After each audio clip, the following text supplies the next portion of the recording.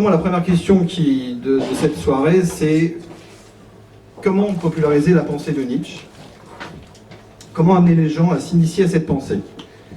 Je vous montrerai tout à l'heure un film, un extrait de documentaire qui montre justement en quoi cette pensée a pu être, comment dirais-je, déformée et mal comprise, et les conséquences que ça a pu avoir, en fait, sur l'histoire.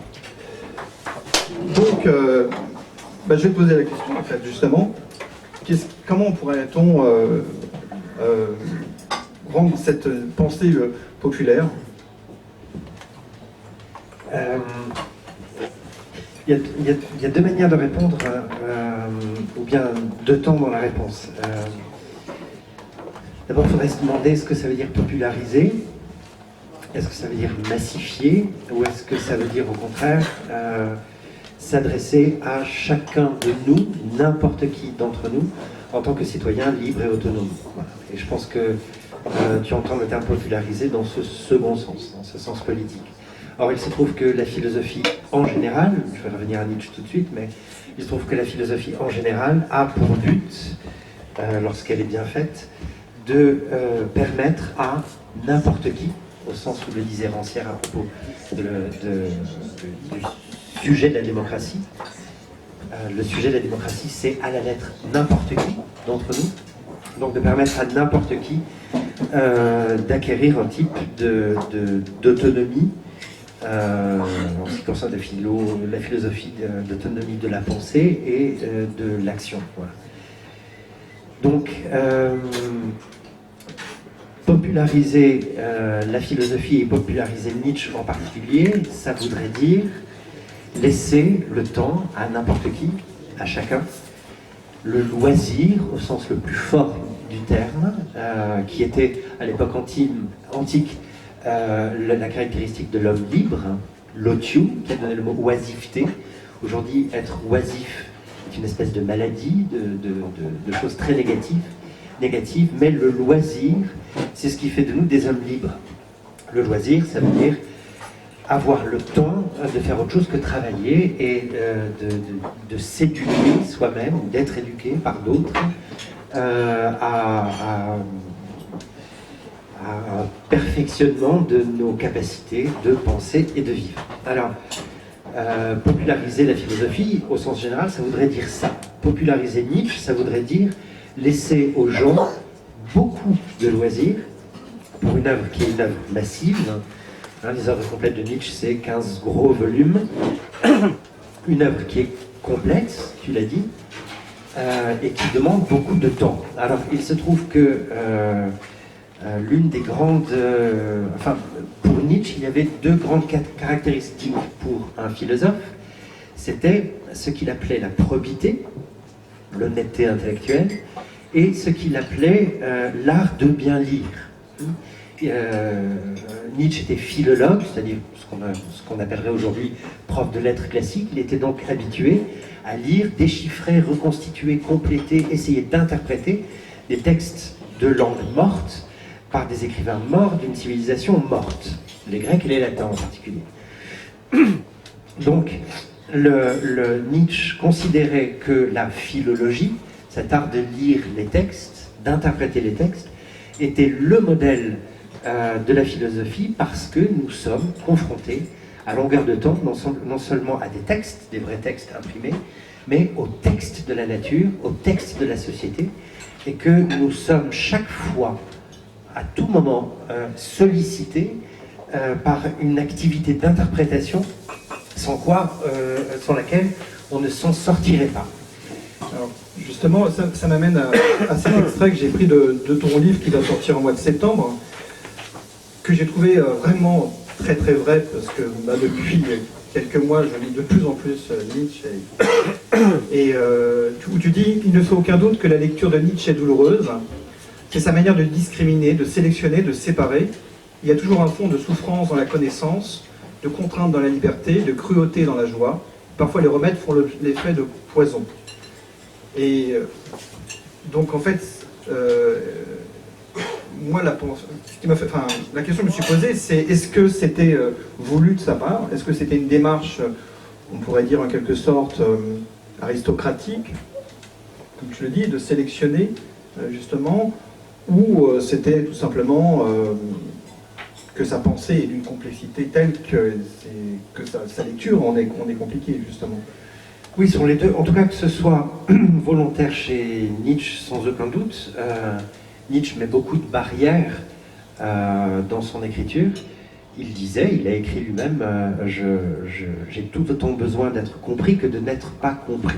C'est-à-dire que Nietzsche, et de manière générale, je crois que les philosophes font partie de ces gens qui se méfient de ceux qui disent tout de suite « Ah oui, j'ai tout compris, je comprends bien ce que vous voulez dire ».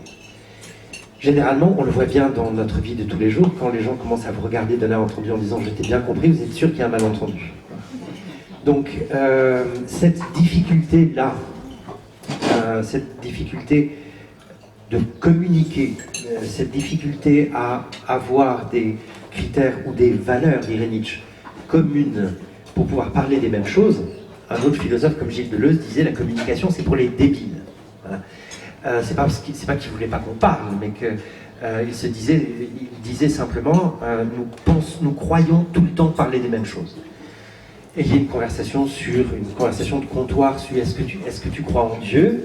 Tout le monde va donner son opinion. Oui, mais moi je crois que, je pense que, j'estime que, je suis convaincu que. Personne ne s'est donné le moyen de définir de ce qu'il entendait par Dieu. Et je défie chacun d'entre nous ici d'avoir la même définition de Dieu. Pour chaque concept, chaque problème, chaque question, nous sommes sur ce malentendu-là.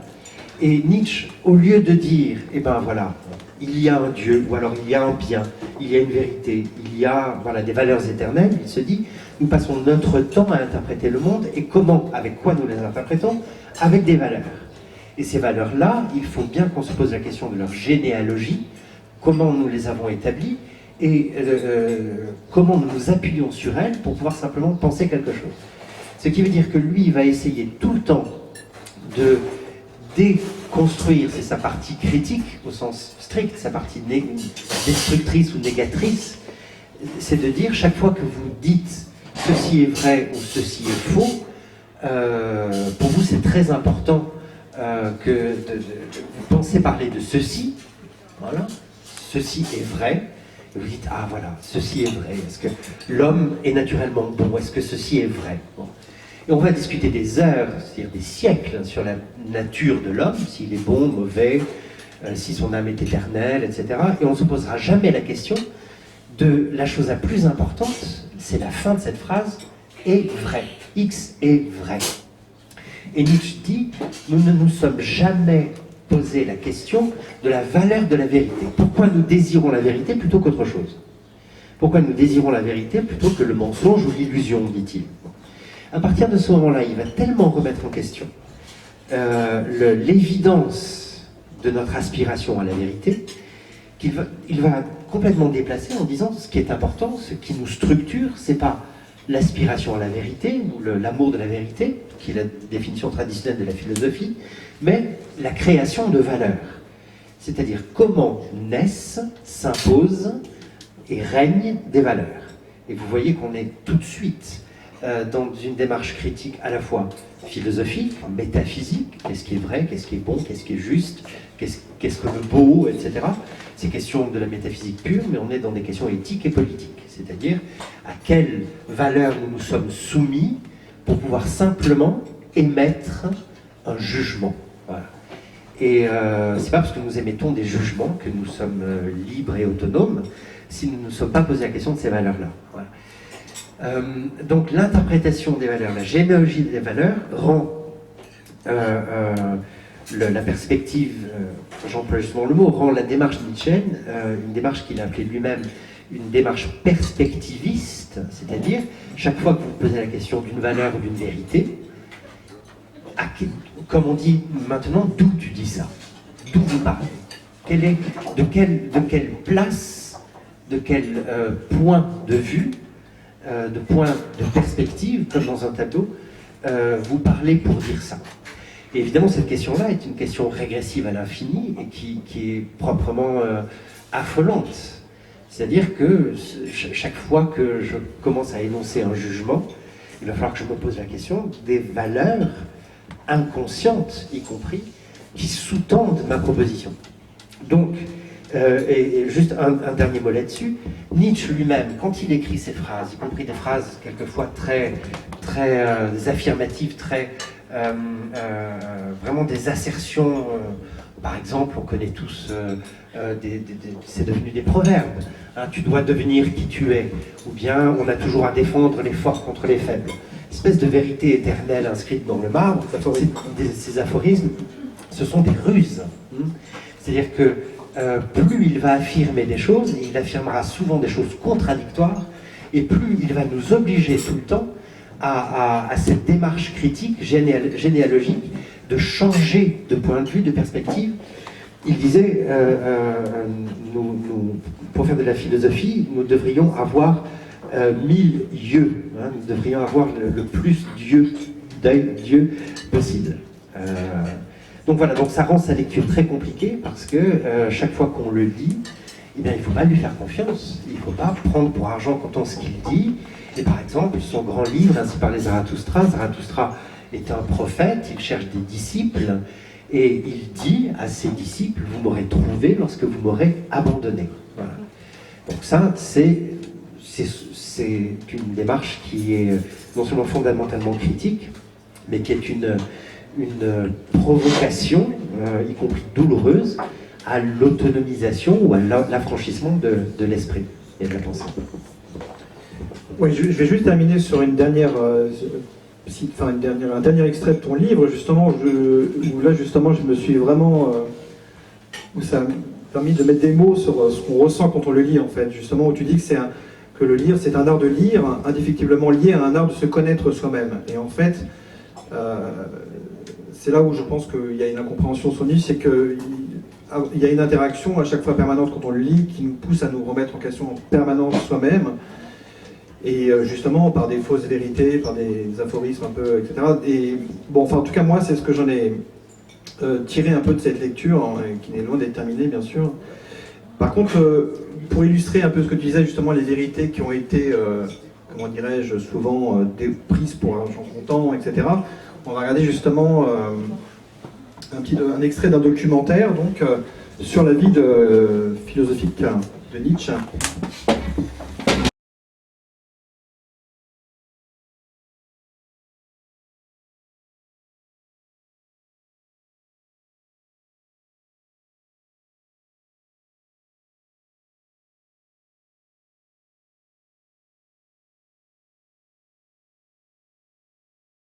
Par rapport à cette lecture, en fait, de l'extérieur, et c'est vraiment le plus important, je trouve, on voit que dans la philosophie de Nietzsche, il y a une approche ésotérique, donc liée à l'initiation, en fait, hein, et une approche vraiment exotérique, c'est-à-dire de l'extérieur, etc.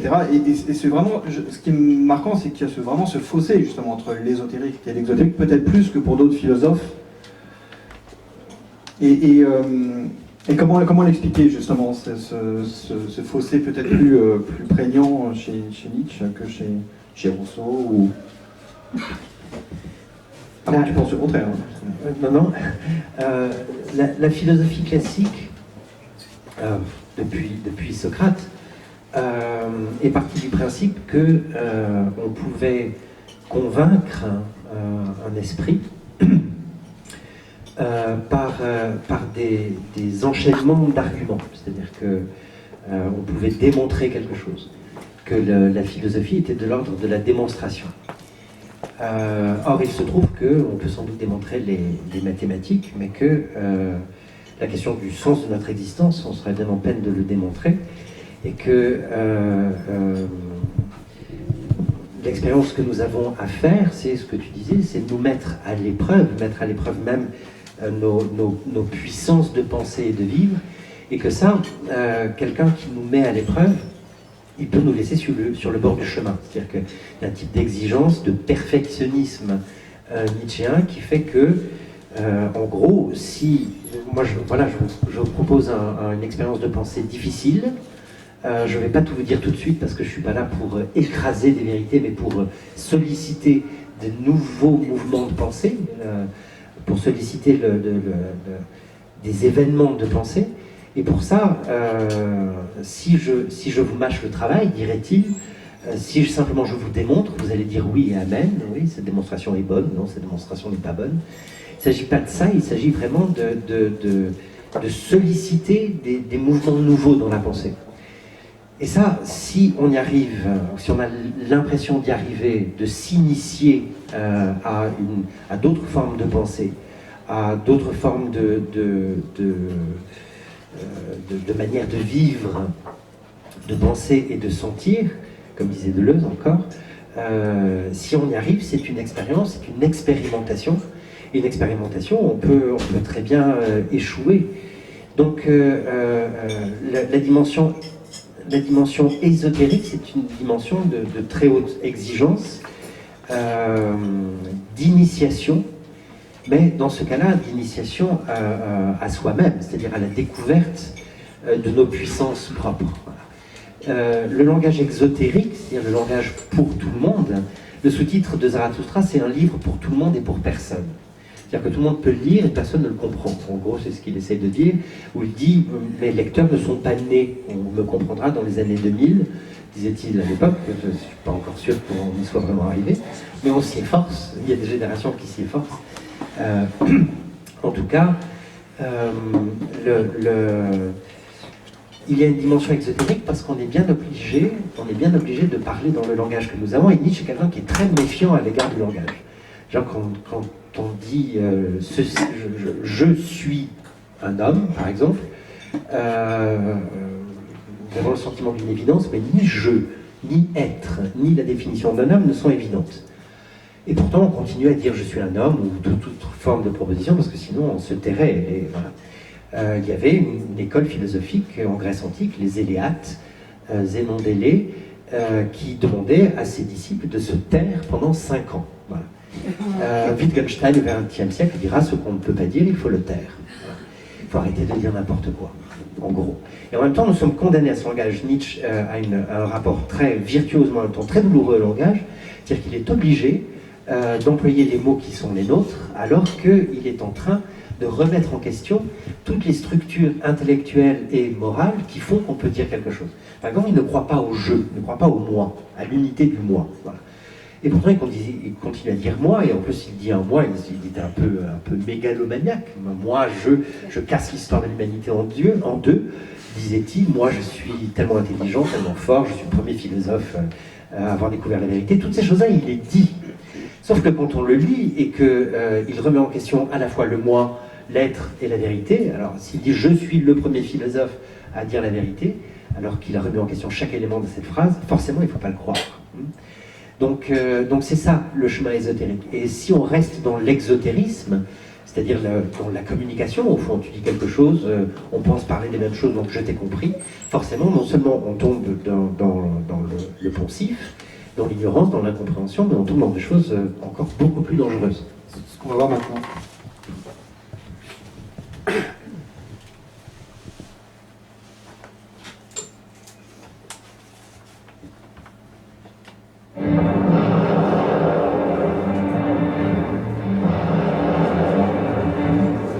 1914, Première Guerre mondiale. La plupart des grandes armées d'Europe s'affrontent dans la boue des tranchées. Dans la besace du soldat allemand, un livre. Ainsi parlait Zarathustra.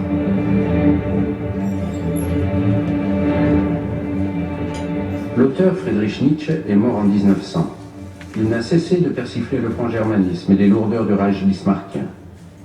Il s'est déclaré pacifiste et européen. Pourtant, le livre a été édité en format de poche et largement diffusé par le haut commandement du Reich, qui a cru lire une apologie de la force martiale et de l'esprit de conquête.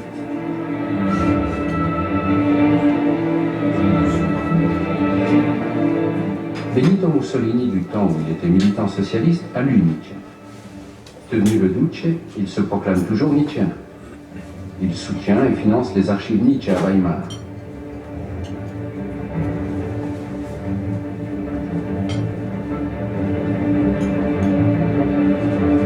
Le philosophe avait pourtant tourné en dérision les gesticulations des tribuns politiques. 1932, Adolf Hitler, chef du Parti national-socialiste, vient à Weimar et rend visite à Elisabeth Förster Nietzsche, la sœur de Friedrich. Celui qui sera le Führer dès l'année suivante pose à côté du buste du philosophe, faisant ainsi de Nietzsche une sorte de prophète précurseur du nazisme. Hitler finance à son tour les archives. Il fera à Elisabeth des funérailles grandioses. Nietzsche s'était pourtant déclaré farouche adversaire des antisémites. Multiplication des parades militaires, intensification du nationalisme, Seconde Guerre mondiale, massacres, bombardements, camps de concentration, extermination massive. Au procès de Nuremberg, le nietzschéisme sera cité parmi les sources de l'idéologie totalitaire. Pourtant, les écrits et les propos de Nietzsche plaident pour l'avènement des esprits libres, pour l'Europe sans frontières, contre la barbarie, contre le fanatisme. Cependant, la figure de Nietzsche s'est imposée, a conquis notre culture, et comme celle de Marx, de Freud, d'Einstein ou de Proust, est devenue des plus familières. Comment la pensée la plus féconde qui soit a-t-elle pu engendrer autant de malentendus, de légendes, de falsifications, de passions polémiques? Comment lire aujourd'hui celui qui déclarait qu'il ne serait lisible qu'en l'an 2000?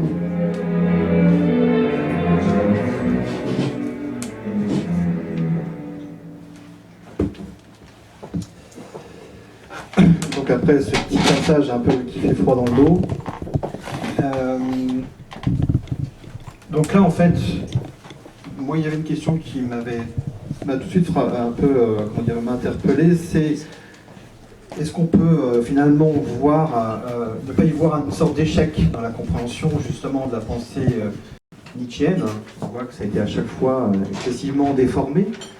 Alors il y a une double question, c'est est-ce que cette pensée a été instrumentalisée, simplement instrumentalisée, on y a pris quelques extraits et utilisés, ou est-ce qu'on peut éventuellement penser que la pensée nietzschéenne pourrait éventuellement amener à ce genre de, comment dirais-je, d'événements dramatiques? Oui, les deux, mon capitaine. Alors, juste une parenthèse que je ne développerai pas, mais cette question-là est une question qui est généralisable à la culture allemande, c'est-à-dire que dans les années 80 encore, il y a eu ce qu'on appelait la querelle des historiens, pour savoir si, en gros, le drame du nazisme était inscrit depuis toujours, ou depuis 2 siècles, dans l'histoire de l'Allemagne, ce qu'on appelait le Sonderweg, le chemin spécial, le chemin particulier de l'Allemagne. Est-ce que l'Allemagne était prédestinée à devenir nazie? Donc évidemment, je ne vais pas rentrer là-dedans, mais ça dépend toujours de la manière dont nous interprétons l'histoire et la causalité historique. Ensuite, en ce qui concerne Nietzsche en particulier, il y a 2 choses. Il y a une chose qui est très très nette, oui, sa pensée a été instrumentalisée au prix des falsifications les plus crasses. Bon.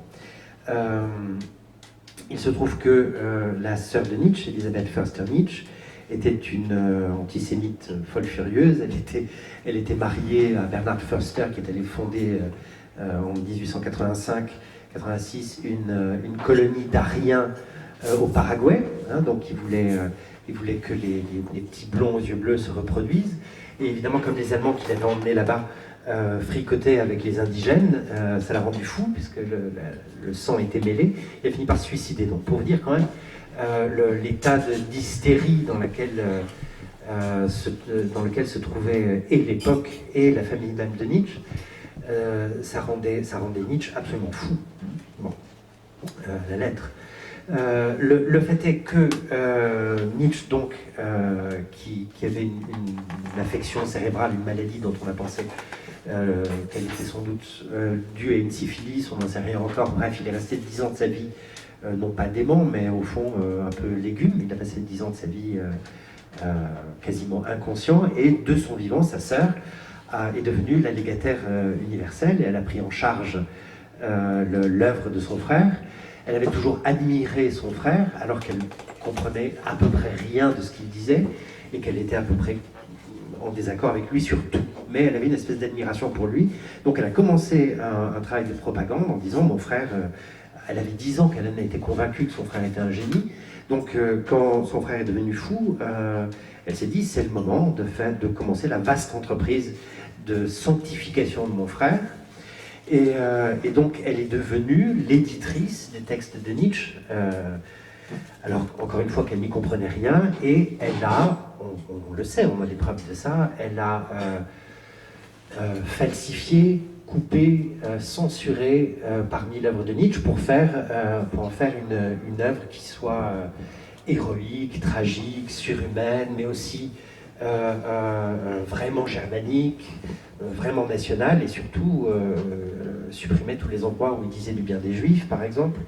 Ce qui fait que petit à petit, il y a eu vraiment une véritable falsification, y compris un livre qu'on a publié encore dans les années 70 chez Gallimard, qui s'appelle soi-disant La volonté de puissance, en 2 volumes. C'est un livre qui n'existe pas. Il y a un très bon bouquin de Mazzino Montinari, un des éditeurs historiques de Nietzsche, dont le titre est La volonté de puissance n'existe pas. Ce livre n'existe pas. C'est un montage total. Et dans ce livre, évidemment, comme Nietzsche écrivait beaucoup par fragments, on peut tout réorienter, tout remettre dans un tel ordre que on puisse exalter l'Allemagne, la race des seigneurs, le surhumain, la guerre. Je vais y revenir. Tout ce vocabulaire extrêmement ambigu chez Nietzsche. Il parle de morale des seigneurs, il parle de morale des esclaves, il parle de surhumain, il parle de toutes ces choses-là. Mais pendant des décennies, il était absolument impossible d'analyser correctement Nietzsche parce que nous n'avions pas accès au texte. Mais malgré tout, il est très clair qu'il a fallu quand même beaucoup tordre l'œuvre de Nietzsche pour en faire un des précurseurs du nazisme. Et comme le dit le documentaire, le procès de Nuremberg va entériner ça. C'est-à-dire que ça a fait beaucoup de mal. C'est-à-dire que le tribunal qui était censé juger le nazisme a jugé en même temps Nietzsche, ce qui est d'un point de vue intellectuel une hérésie. C'est très compliqué d'établir une liste des origines culturelles du nazisme. Parce que c'est une chose de condamner les militaires nazis, c'est une autre chose que de condamner une série de philosophes. Le problème se pose aujourd'hui encore avec Heidegger, qui était lui contemporain du nazisme, qui avait sa carte du parti. La question se pose toujours si sa philosophie peut inspirer le nazisme ou pas. Ce sont des questions infinies et beaucoup plus compliquées que ce que le tribunal de Nuremberg a bien voulu en dire. En tout cas, ce qui est certain, c'est que parmi les intellectuels nazis, ceux qui étaient chargés de la propagande purement intellectuelle, il y a eu de grands débats où on s'est dit, alors, Nietzsche, théoricien du nazisme ou pas, et puis il y en a quand même quelques-uns qui se sont dit, oui, mais enfin, là, il crache sur l'Allemagne, là, il crache sur les antisémites, là, il dit que les Juifs sont la race la plus forte et la plus pure d'Europe. Enfin, toute une liste de choses qui étaient absolument pas possibles. Ils ont fini par dire, si, mais de toute façon, le Führer aime beaucoup Nietzsche, donc on va couper tout ce qui va pas. Donc ça, de l'extérieur, c'est très simple, hein, c'est une affaire de censure, c'est une affaire de propagande, il y en a eu d'autres. Voilà, donc Nietzsche n'est pas responsable de ça. Ensuite, ce que tu disais, et ce que j'évoquais de mon côté aussi, c'est l'extrême ambiguïté d'un certain nombre de textes. Ça fait partie de ce qu'on disait tout à l'heure, c'est-à-dire qu'en gros, Nietzsche va utiliser beaucoup de vocabulaire, d'idéologie de son époque pour les miner de l'intérieur. Hein, on pense au biologisme, à la biologie de l'époque, à l'eugénisme, au darwinisme social, à l'idée très fréquente à l'époque de race supérieure et inférieure. Il reprend tout ce vocabulaire-là, mais on voit que pour chaque chose, si on prend le temps, si on prend le loisir de lire, qu'il ne parle pas du tout des mêmes choses, et même il parle de l'inverse de tous ses contemporains. Donc, excusez-moi, je finis juste cette phrase. Donc, du coup, il a pris le risque tout le temps, en écrivant des livres pour tout le monde et pour personne, qu'effectivement personne ne le comprenne. Mais c'est ce que tu dis justement, tu dis que la grande erreur de Nietzsche aura été de ne pas mesurer le risque essentiel de tout énoncé exotérique. Parce qu'il emprisonne toujours déjà la fluidité de la pensée dans la contrainte d'une communication. C'est ce que tu dis. Et moi justement, je me suis venu à l'idée que, est-ce que finalement, il ne s'est pas un peu condamné à ne devenir qu'une... Enfin, il n'a pas condamné sa pensée justement à ne rester qu'ésotérique justement. En la compartimentant un peu trop. C'est une question. Oui, hein. Oui, bien sûr, c'est une très bonne question. Je me souviens d'un cours de Deleuze, je parle souvent de Deleuze parce que je l'aime beaucoup, enfin pour moi il est très important, qui parlait de Spinoza, et il parlait peu importe le point sur Spinoza, il disait voilà, ça c'est quand même compliqué, il dit ça, et puis à un moment il dit ça. Et puis on ne comprend pas très bien. Et puis il dit cette phrase, une toute petite phrase dans un cours, il dit oui mais c'est normal, il a autre chose à faire que d'expliquer. On ne peut pas faire quelque chose et expliquer ce qu'on fait. C'est-à-dire qu'on ne peut pas à la fois... une philosophie, c'est comme toute création de l'esprit, c'est une création. Alors ça n'est pas de l'art, mais c'est comparable à l'art dans la mesure où on invente quelque chose. Quand on invente quelque chose, on ne peut pas s'en faire en même temps le pédagogue, sinon on commente les autres. Nous, là, bien gentiment, on parle de Nietzsche, on essaie de dire des choses sur Nietzsche. Le jour où on créera une philosophie, nous ne serons pas les pédagogues de nous-mêmes. Hein. Après, ça, c'est les couches de génération, c'est notre culture qui est faite de telle sorte que les gens qui créent des choses difficiles et qu'il y a besoin de gens derrière, de professeurs ou de gens de bonne volonté pour essayer de les comprendre. Bon. La pédagogie, c'est une chose. Il n'y a aucune raison qu'un philosophe soit en plus pédagogue. Bon. Socrate, il l'était, mais Nietzsche le lui reproche beaucoup. Et surtout, il donne beaucoup l'illusion de la pédagogie. En fait, il sait très bien où il veut, ce qu'il est en train d'inventer. Donc, on pourrait dire, si on était un peu méchant, que après tout, c'est valable avec Nietzsche comme avec tout philosophe, et je pense toute lecture ou toute interprétation, on a l'interprétation qu'on mérite. Voilà. C'est-à-dire que si, en lisant Nietzsche, on devient nazi, tant pis pour vous. Voilà. On peut pas faire le bonheur des gens malgré eux. On peut pas rendre les gens intelligents malgré eux. Et enfin, voilà. De toute façon, les gens qui se destinent à devenir nazis, fachos ou quoi que ce soit d'autre, c'est ni Nietzsche ni Marx qui vont faire quoi que ce soit. Voilà. C'est-à-dire qu'on instrumentalise des choses. Voilà, donc Nietzsche posait toujours la question, justement à cause de ce déplacement qu'il faisait entre la question de la vérité et la question de l'origine et la généalogie des valeurs. Il disait, la question c'est ni la vérité ni un objet, mais c'est qui s'empare de quelque chose. Il disait, il n'y a pas de fait, il n'y a que des interprétations. Ça voulait dire, la méchanceté, la bonté, la justice, ça ne veut rien dire en soi. Qui s'empare de cette valeur-là? Qui dit ceci est juste? Qui gagne historiquement, idéologiquement? Il y a des idéologies dominantes, il y a des valeurs dominantes, et on peut garder le même mot, le mot de justice, et en avoir une définition tout à fait autre, en fonction de qui est le dominateur des valeurs dominantes. Donc la question de savoir ce qu'on a fait de Nietzsche, imaginons que Nietzsche a créé un certain nombre de valeurs nouvelles, c'était en tout cas sa prétention, il avait la prétention de renverser les valeurs dominantes, hein, le renversement des valeurs, c'est quand même son grand but. Eh bien, si ce projet-là, ce sont des nazis qui s'en emparent, le sens de ce qu'il dit change autant que la chose même. Donc il est responsable et en même temps il est très conséquent, c'est-à-dire que nous n'avons que les valeurs, nous ne donnons aux choses que le sens dont nous sommes capables. Ce sont des affaires de puissance.